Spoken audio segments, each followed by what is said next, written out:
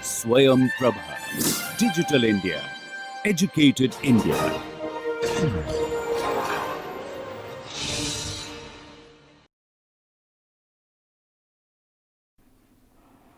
Good afternoon. Today we will discuss another conserved quantity under central force problem. We know total energy of a body as well as its angular momentum is conserved in any central force problem. We saw this last time, but in Kepler's force problem, which is a special kind of central force. So, force is inverse square law, force varies as 1 upon r square. So, in such forces there is another conserved quantity that is called Laplace Runge-Lenz's vector. So, we will learn about this today. Okay. So, let us start with Newton's second law or equation of motion. So, P dot is the force that is acting on the body, and this force can be written as f of r, the magnitude, and unit vector along the radial direction. So, position vector or radius vector is taken from the center of the force. So, normally for Kepler's problem that would be from focus, it is directed radially either inward or outward depending on the force is attractive or repulsive.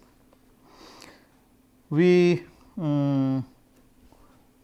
know angular momentum, which is also conserved, that is defined as r cross p, and p can be written as m r dot. So, this is m r cross r dot is the angular momentum of the body under the motion, and unit vector here is written as position vector divided by its magnitude. So, vector r upon r. Now, using a vector algebra identity A cross B cross C, A, B, C are 3 vector, they may be written as A dot C B minus A dot B times C. So, now we will use this one and try to find out this new quantity, which is a vector quantity, and we will see its conservation property, etc. So, we had an expression for P dot, P dot is the force acting on that, and we take cross product with the angular momentum. So, P dot cross L. So, cross product of P dot and L. So, P dot we have already written F r into vector r upon r, and L we have already defined m r cross r dot. So, there is a triple product, and where we will use this vector identity. So, using this vector identity, so for A we are taking position vector r, in our case this A is position vector r, B is position vector r, and C is r dot. So, this triple product can be written as r times r dot scalar product of r and r dot. So, scalar product of the radius vector and the velocity vector in radial direction minus r square vector r using this identity. We can also see very clearly the scalar product of r and radial velocity. So, scalar product of position vector and radial velocity can be written as d dt of r dot r square, and that can be written as simply in terms of the magnitude. So, that is r dot. So, scalar product of position vector and the velocity vector is same as the magnitude of position vector and the magnitude of radial velocity. So, that is what is used there.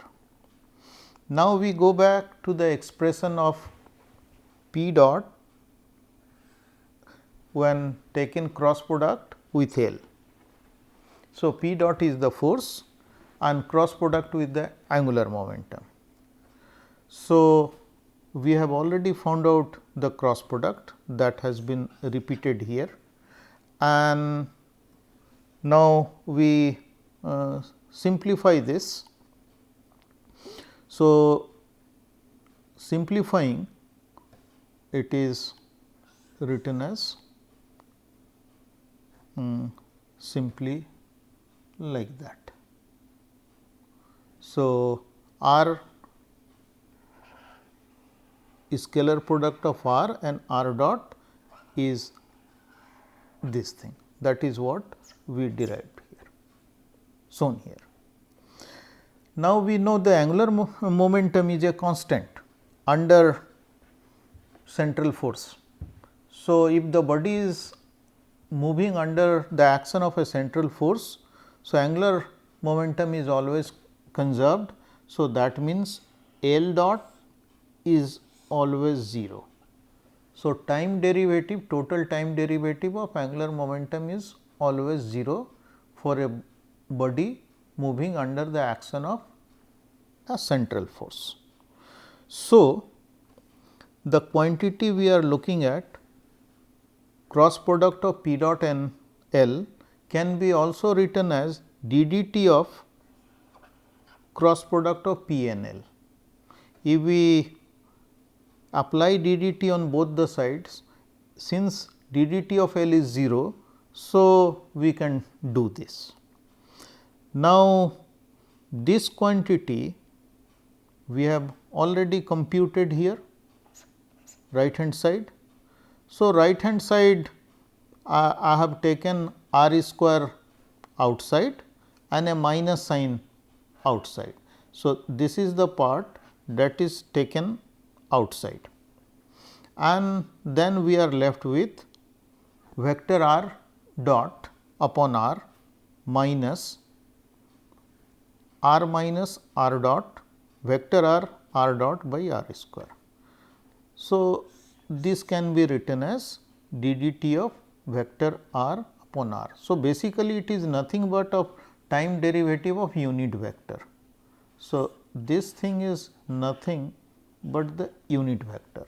Since unit vector depends on the angle, azimuthal angle, so it is not a constant like in Cartesian coordinate unit vectors along x, y and z directions are constant, but not in polar coordinates.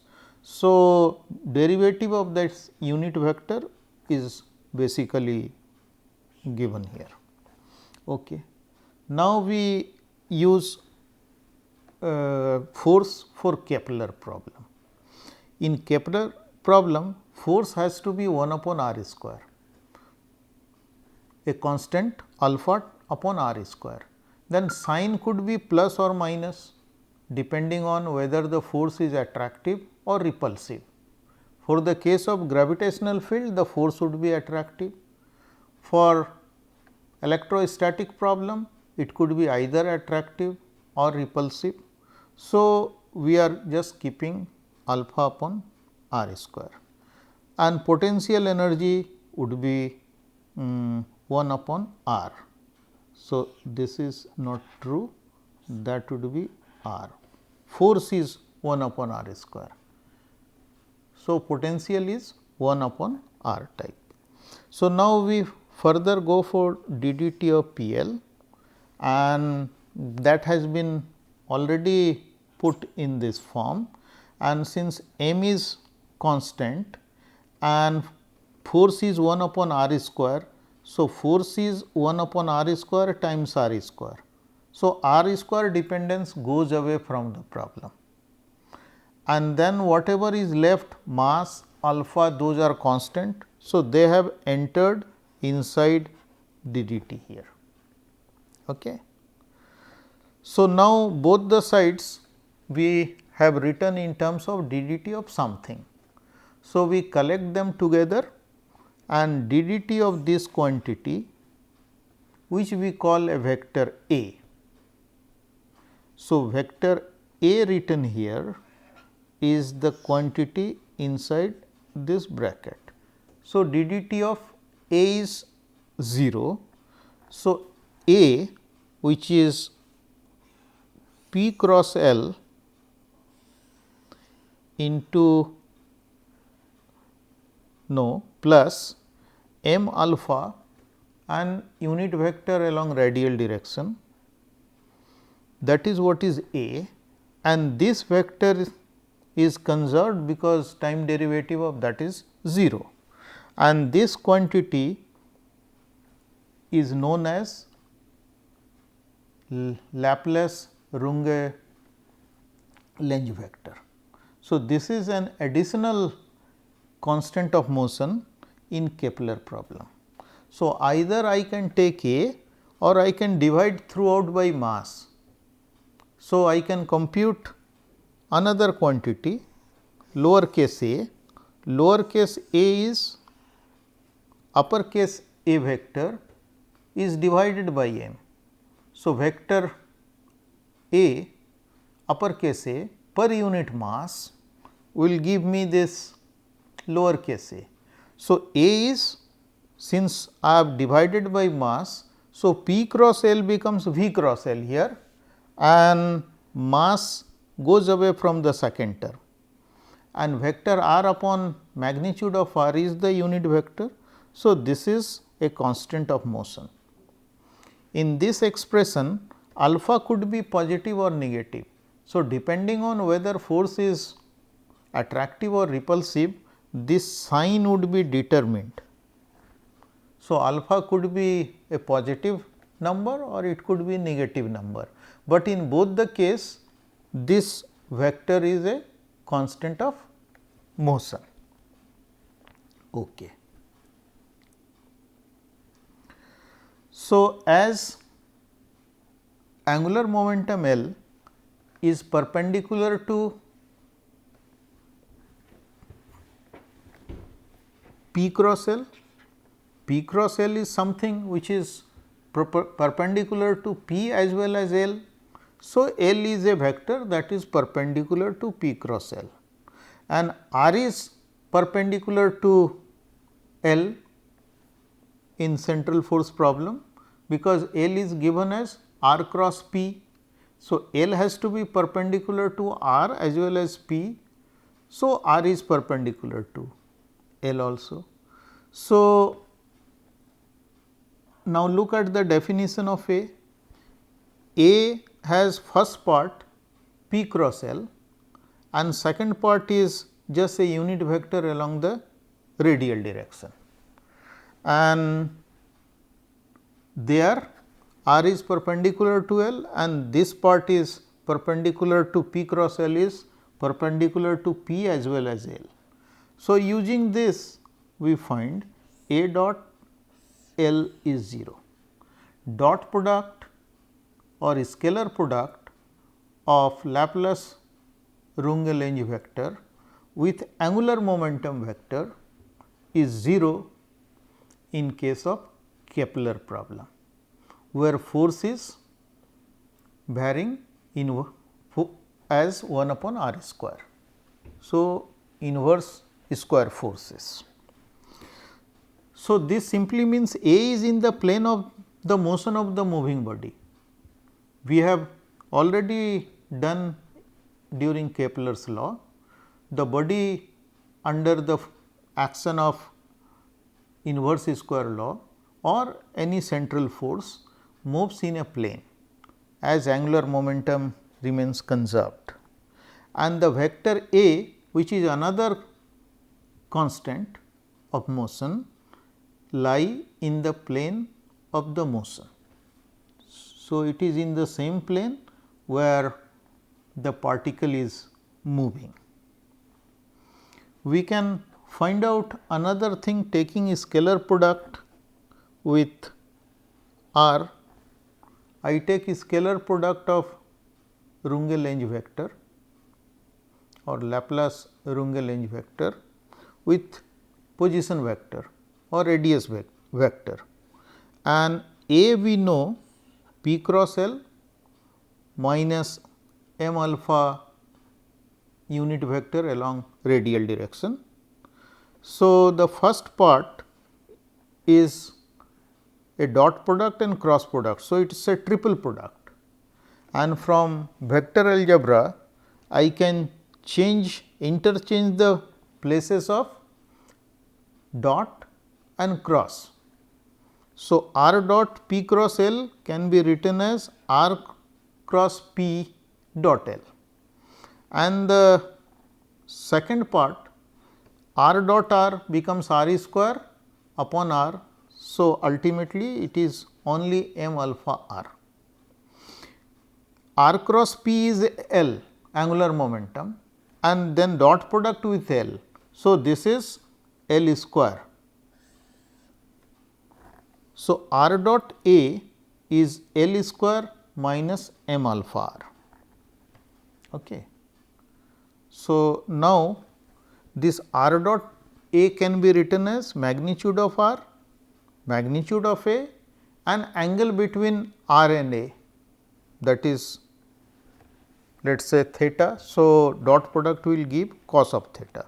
So, this term is written as r A cos theta equal to L square minus m alpha r. What is alpha? Alpha is force is inverse square. So, alpha upon r square type. So, when we put a constant, this is the constant of proportionality. For gravitational field, it will depend on masses and gravitational constant. For electrostatic force, it will depend on the charges and permittivity of the medium. So, now let us coming back to this equation, I do some simplification. So, I divide throughout by m alpha by r, m alpha into r. So, here I get 1. So, I divide left and right hand side of this equation by m alpha by r. So, here that is what is arranged 1 upon r L square by m alpha, this term equal to 1 plus A by m alpha cos theta. A is the magnitude of Runge-Lenz vector. Now, L square by m alpha, if I can identify as semi latus rectum, then it would be an equation of conic section. Theta is the angle the radius vector makes with a straight line passing through the focus and the perihelion. If you compare this with the equation of conic section we have obtained earlier. So, then I can write this as L and 2L is the latus rectum.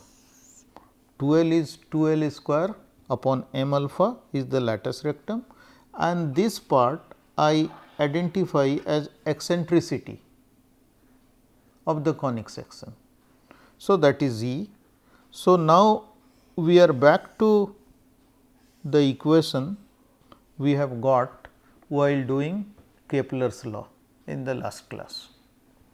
So, we are back to same equation. So, this is another way of getting this conic section using this Runge-Lenz vector.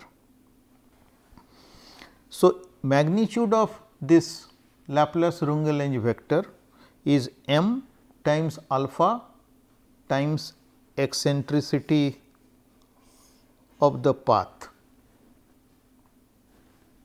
traced by the body under motion.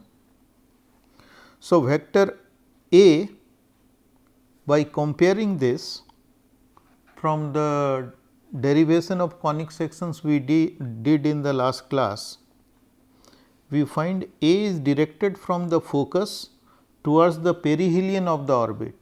Perihelion is the point of nearest point from the focus in the path of the motion. Path may be open, path may be closed like elliptic path, open path it could be parabolic path, hyperbolic path, we have discussed this in the last class.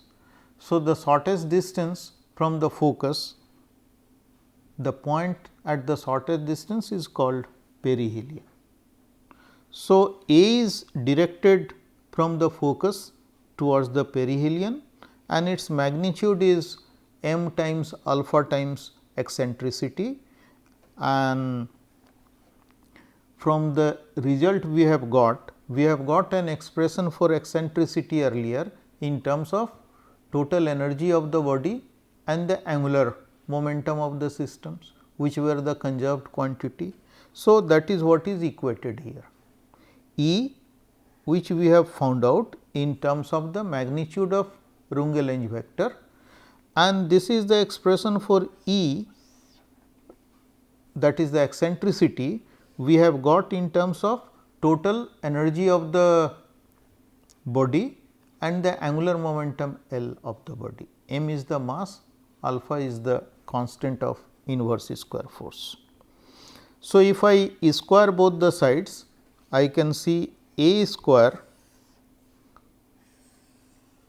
can be expressed in terms of total energy, angular momentum, mass and alpha.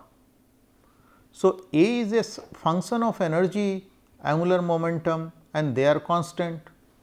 So, this has to be a constant, or if I take A upon m and write as lowercase a, then this A square would be alpha square plus 2e times square of angular momentum over mass of the moving body.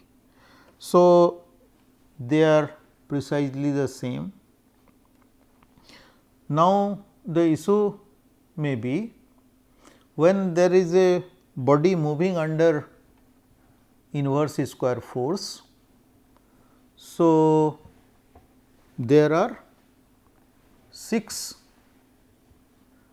quantities, 3 components of position vector, 3 components of velocity. So, 6 quantity, some of them turn out to be okay. The 6 quantities are there, and if we look at the conserved quantity we have found so far, there is energy which is conserved in Kepler force problem. So, that is a scalar. Angular momentum is also conserved. So, angular momentum has 3 component, and now we are getting a new vector called Laplace Runge-Lenz vector, that also has 3 components. So, in total 7 components seem to be conserved, where we require only 6 quantities. So, there are some explanation needed. Okay. So, as we saw, we just derived various relationship. So, can look here, A is not independent of total energy and angular momentum. So, there is some relationship. So, this is one equation, either in terms of uppercase A or in terms of lowercase a. So, we have one condition here, and another condition we have already found earlier, the scalar product of A with L is 0. So, we have two conditions which depend on the older conserved quantities. So, out of 7 quantities that appear to be conserved, there are 2 which are not independent. So, they have to be subtracted. So, out of 7, when 2 is subtracted, there are still 5 quantities. So, these are the 5 quantities which are conserved in central force problem if the force is varying as 1 upon r square. So, these are the 2 quantities which are making 3 components not independent. So, they are dependent. So, out of 7 things, there are 2 relationships, there are 2 constraints which are given here. So, independent quantities are only 5. So, 3 components of angular momentum, one is energy 4, and only one scalar part for one of the components is constant, because other 2 they are related.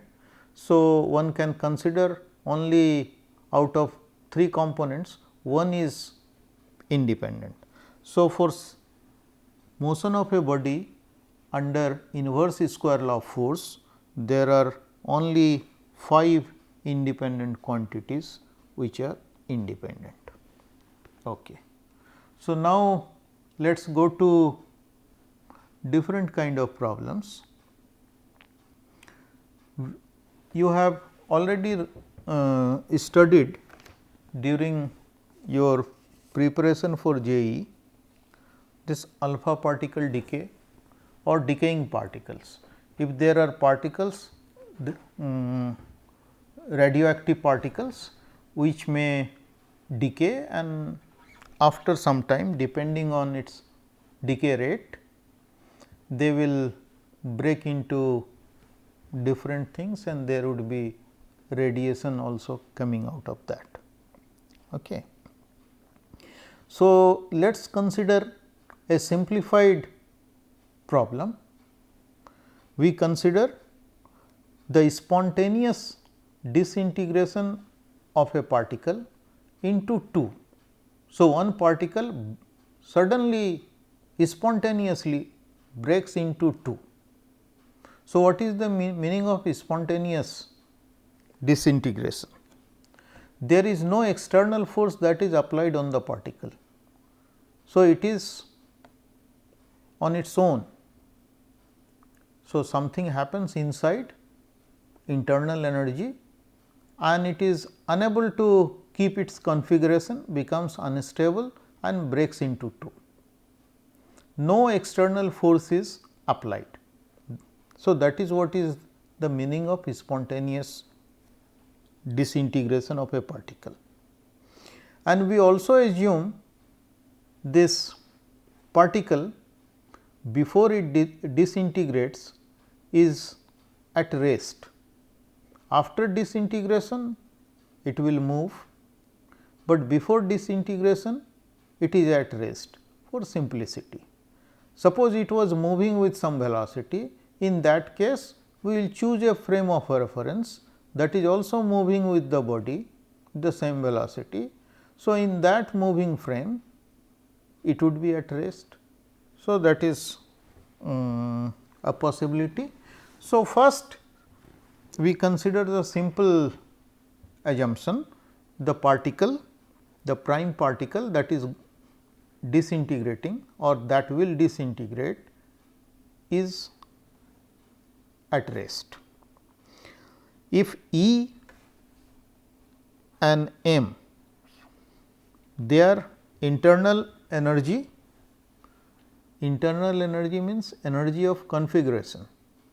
So, a nucleus or some arrangement is stable, because some energy is required to keep them together, otherwise they will have a tendency to disintegrate.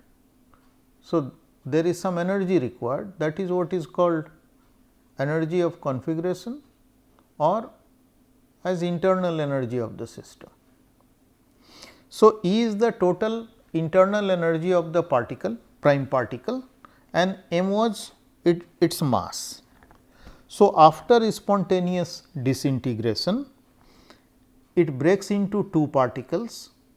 One has internal energy E 1 and mass m 1, and another has internal energy E 2 and mass m 2, and they have some conservation of momentum.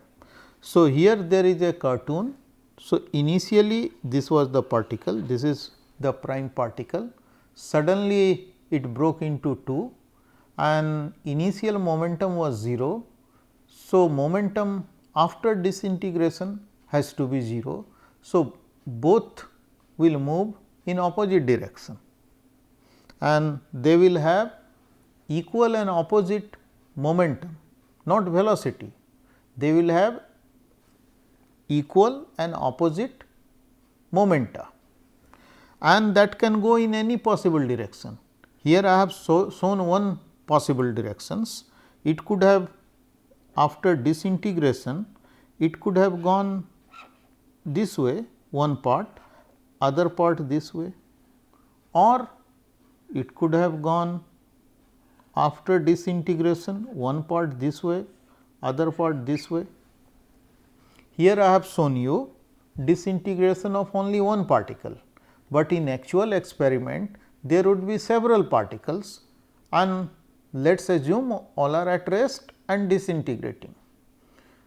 So, initial momentum for all the particles 0, and therefore, after disintegration again there would be total 0 momentum. So, they will disintegrate and move in opposite directions, but which opposite direction, that one cannot say, that depends how disintegration takes place, what is the details inside. So, that conservation principle, conservation of energy and momentum can never determine. So, if there are many particles, disintegrated particle will go in all possible directions. So, you can imagine at the center of some sphere, if there are some particles which are disintegrating. So, after disintegrating, it is coming out from everywhere of the surface of that sphere. So, it is going in all possible directions, right. If there is one particle, then there would be in one experiment one particular direction they have disintegrated. But if there are large number of particles, that is what is the case in radioactivity, and there would be disintegrated particles in all possible directions. We will come to this when we start talking about scattering. Okay. So, conservation of momentum says momentum of the second particle after disintegration is opposite to the momentum of the first one. So, this one is P 1. So, P 2 is equal to minus P 1. Okay. That means m 1 V 1 equal to m 2 V 2, and their magnitude is same, then only they will add to 0. So, their momentum, their directions are opposite, but magnitude is same, which I am calling P naught. And conservation of energy, total energy was E. Now, when it is disintegrated, E 1 is the internal energy of the first particle, and kinetic energy is P 0 square by 2 m 1.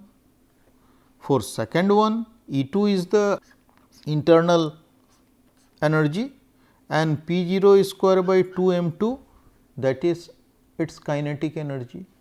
So, that is sum of their internal energy plus sum of their kinetic energy.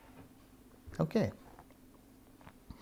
So, I can you can identify this 1 upon m 1 plus 1 upon m 2 can be written as 1 upon mu, where mu is called the reduced mass of this two body problem.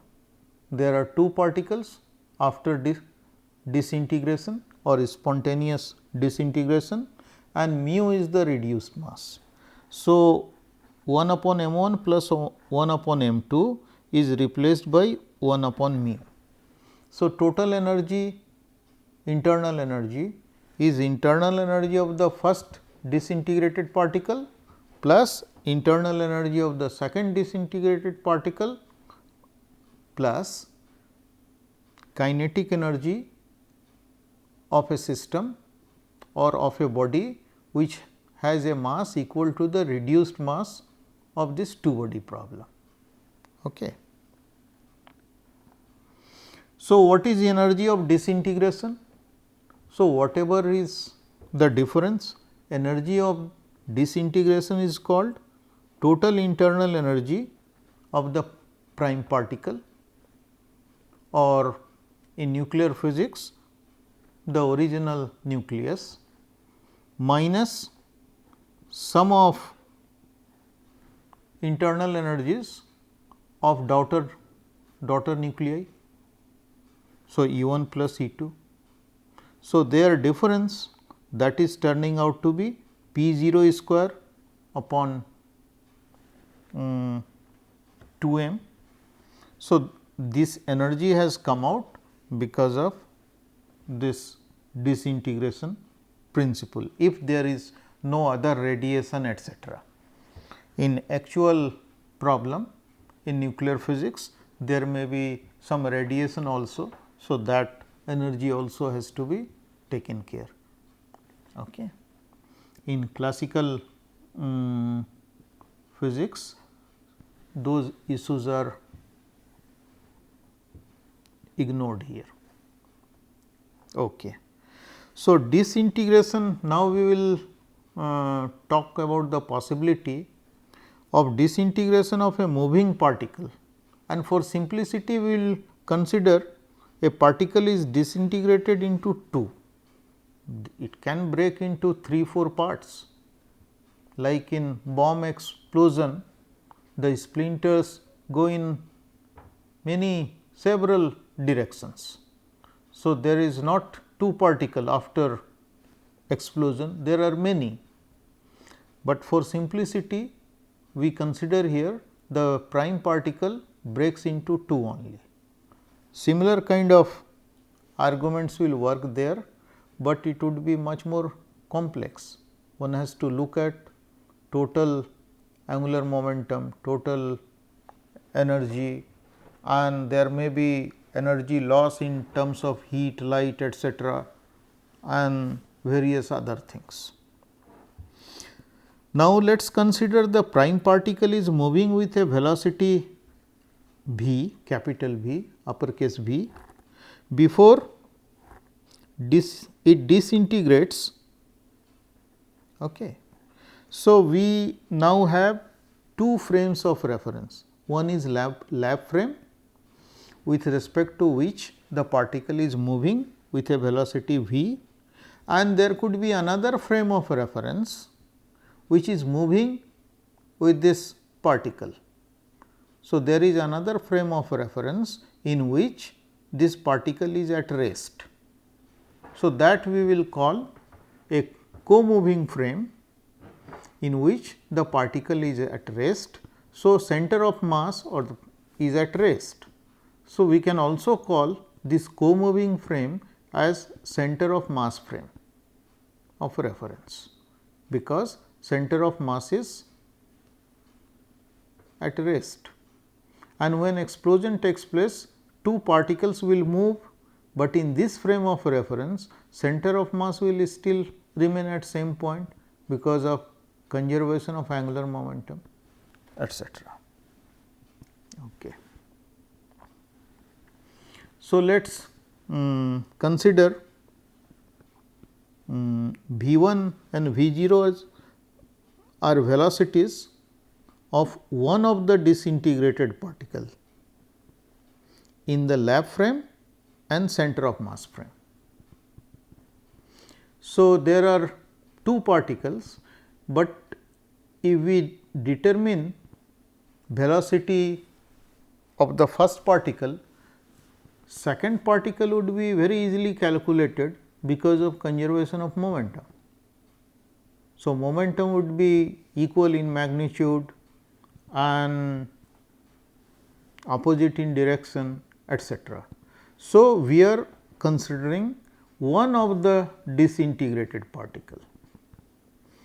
Its velocity is v 1 in lab frame and its velocity is v 0 with respect to the center of mass frame, which is called here CM frame of reference.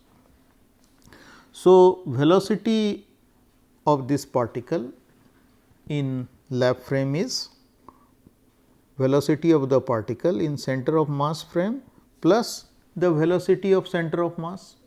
So, that frame is moving with a velocity uppercase v. So, v 1 is v 0 plus v.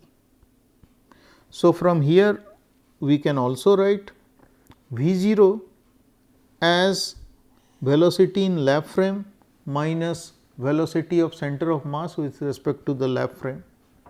And if I take scalar product of v 0 with itself, so we get an expression for v naught square. So, v 1 square plus uppercase v square minus 2 v 1 v times cos theta 1. So, theta 1 is an angle between the direction of v 1, which is the velocity of the first particle observed from the lab frame, and uppercase v is also the velocity of the center of mass frame observed from the lab frame. So, theta 1 is the angle here. What is theta 0? Theta 0 is the angle between the direction of v 0 and uppercase v. So, v 0 is the velocity of the first disintegrated particle. Before disintegration it was at rest in center of mass frame, but after disintegration it is moving. There are two particles, we are talking about only one of them, other will come naturally. So, that is v naught and velocity of center of mass frame. So, that angle we are calling theta naught and theta 1 is the angle between v 1 and v. So, let us plot it geometrically. What do we get? So, in this figure there is a sphere plotted that looks like circle, or we can consider circle because motion would be in a plane, but this plane could be either in the plane of paper or anywhere. So, in actual motion it would be a circle and radius of the circle is v naught. So, what is v naught? The velocity of one of the disintegrated particle as measured from center of mass frame. So, with that we are plotting a circle with that is at the radius, and v 1 is then is the velocity as observed from lab frame. So, velocity as observed from lab frame has to be this v 0 plus velocity of center of mass. So, that is what is denoted here. This is the velocity of center of mass plus velocity in center of mass frame. If I add them, so I will get velocity. So, vector sum of uppercase V plus V naught is going to give me V 1. So, as it was written earlier, center of mass frame velocity plus velocity of the same disintegrated particle as observed from the center of mass. So, that is what is vectorial shown here. Now, there are two cases possible. The velocity of the moving frame is larger than the velocity of the disintegrated particle we are talking about, or it could be smaller. There are two possibilities. So, if the velocity of the center of mass frame is smaller than the velocity of one of the disintegrated particles which we are considering, then the point I am marking here would be inside the circle, and if the value of V is bigger than the radius of this, it will come out of this circle. So, in one case it would be inside the circle, in other case it would be outside the circle. So, in second case, the velocity of co-moving frame or center of mass frame is bigger than the velocity of disintegrated particle we are talking about. Okay. So, there are two possibilities. Now, you see the difference. The vector V 1 meets the circle only at one point here, this orange color dot. So, it meets here. There could have been various possibilities, it could have been anywhere on this circle, but corresponding to a value of vector V 0, there would be unique value of V 1.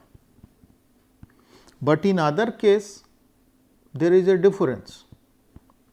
The vector V 1 meets the circle at 2 points, one is here, other is here. That means, corresponding to a value V 0, there are two possible values of V 1. So, as from lab frame we observe there is loss of uniqueness in the second case. If the velocity of co-moving frame is bigger than V 0, the velocity of disintegrated particle, then this circle is with the radius that is equal to the velocity of disintegrated particle in center of mass frame. If it is bigger than that, it has come out, and then from this point to the distant point, that is what is V 1, and it crosses the circle at 2 points. So, there are for this V naught, there are two values of V 1.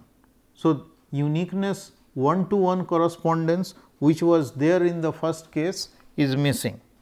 So, if you compute same thing in co-moving frame and this kind of situation comes, one has to be careful, because uniqueness go away if certain conditions are satisfied, right. For first case, when uppercase V is less than V 0, this theta 1, which is the angle made from this axis here, direction of center of mass frame and the direction of V, that is what is V 1. So, that is what is theta 1. So, theta 1 can take any value between 0 and 2 pi. because as this particle could be anywhere on this circle. So, theta 1 could be 0 to 2 pi and theta 0 would be also from 0 to 2 pi. But in second case, if center of mass frame has a velocity which is larger than v naught, then what is going to happen?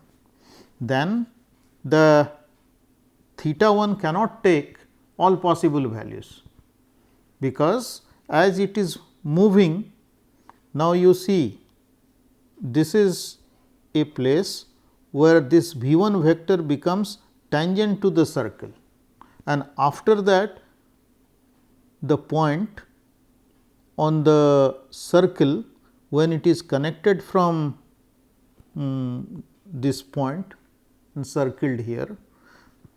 So, this line will again will start cutting this circle, like here it is cutting. So, there is a maximum value of theta.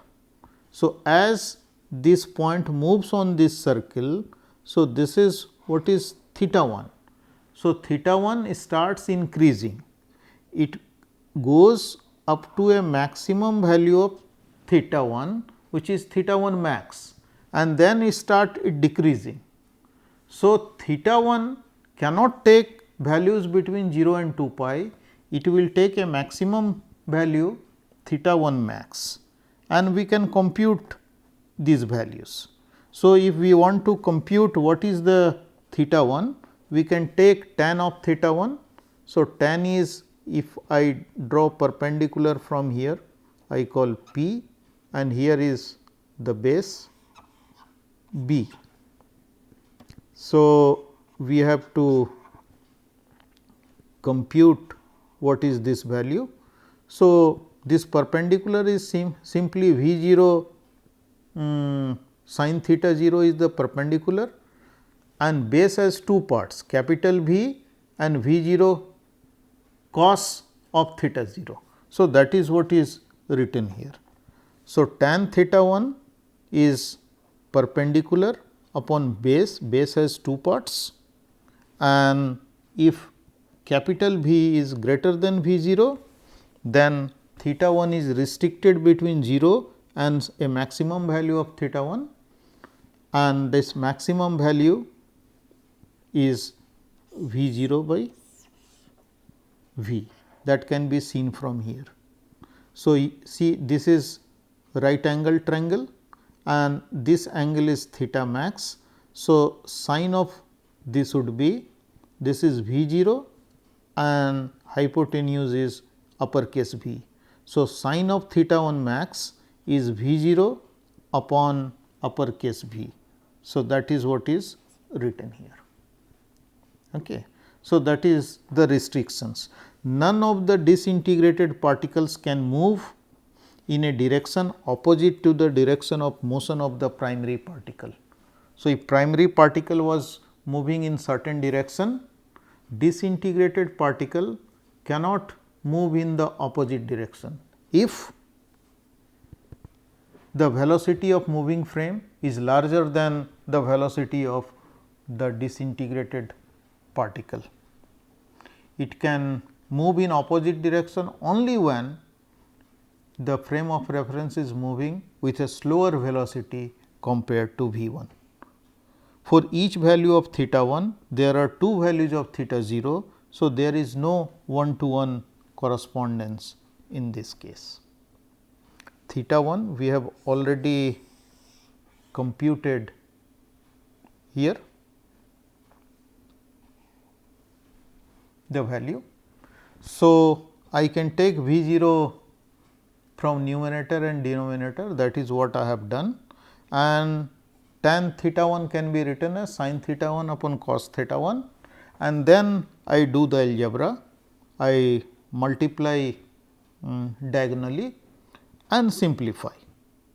So, first I multiply, I get this term, sin theta 0 can be written as 1 minus cos square theta naught, and to remove this root I square both the sides. So, I square both the sides. if I square, I can get a term cos square theta 0, cos theta 0. So, assuming cos theta 0 as a variable, I can write a quadratic equation for cos theta. So, I can write an quadratic equation for cos theta, that is what is done here, and this equation turns out to be this. Okay. From here we can find out cos theta value of cos theta 0, and that turns out to be this one.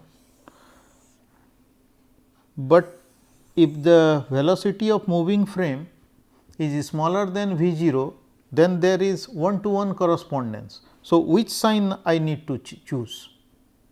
When theta 0 goes to 0, let us look at the picture. When this theta 0 goes to 0, theta 1 also goes to 0. So, when theta 0 is 0, theta 1 should be also 0. That result will come only if we take the positive sign from here, not the negative sign. So, in one case one has to take the positive sign. For V 0 greater than V, and requirement is theta 1 goes to 0, theta 0 should also go to 0, they should go to 0 simultaneously. So, we have to take only the positive sign. Here if we put theta 1 going to 0, so that will be consistent. Otherwise, if we take minus sign, it will turn out to be pi, which is not correct. So, for one case only positive sign, and in other case where V 0 is smaller than uppercase V, there are two values. So, both the sign corresponds to one of these two values. So, then plus minus both the things has to be considered. In actual problems, particles are not one, there are several particles disintegrating simultaneously. So, in center of mass prime, particles with identical energy may move in all possible directions, as I told. So, one has to also take care of various angle in certain area of this sphere, how much particles are coming, and those are the issue connected with this. So, thank you very much.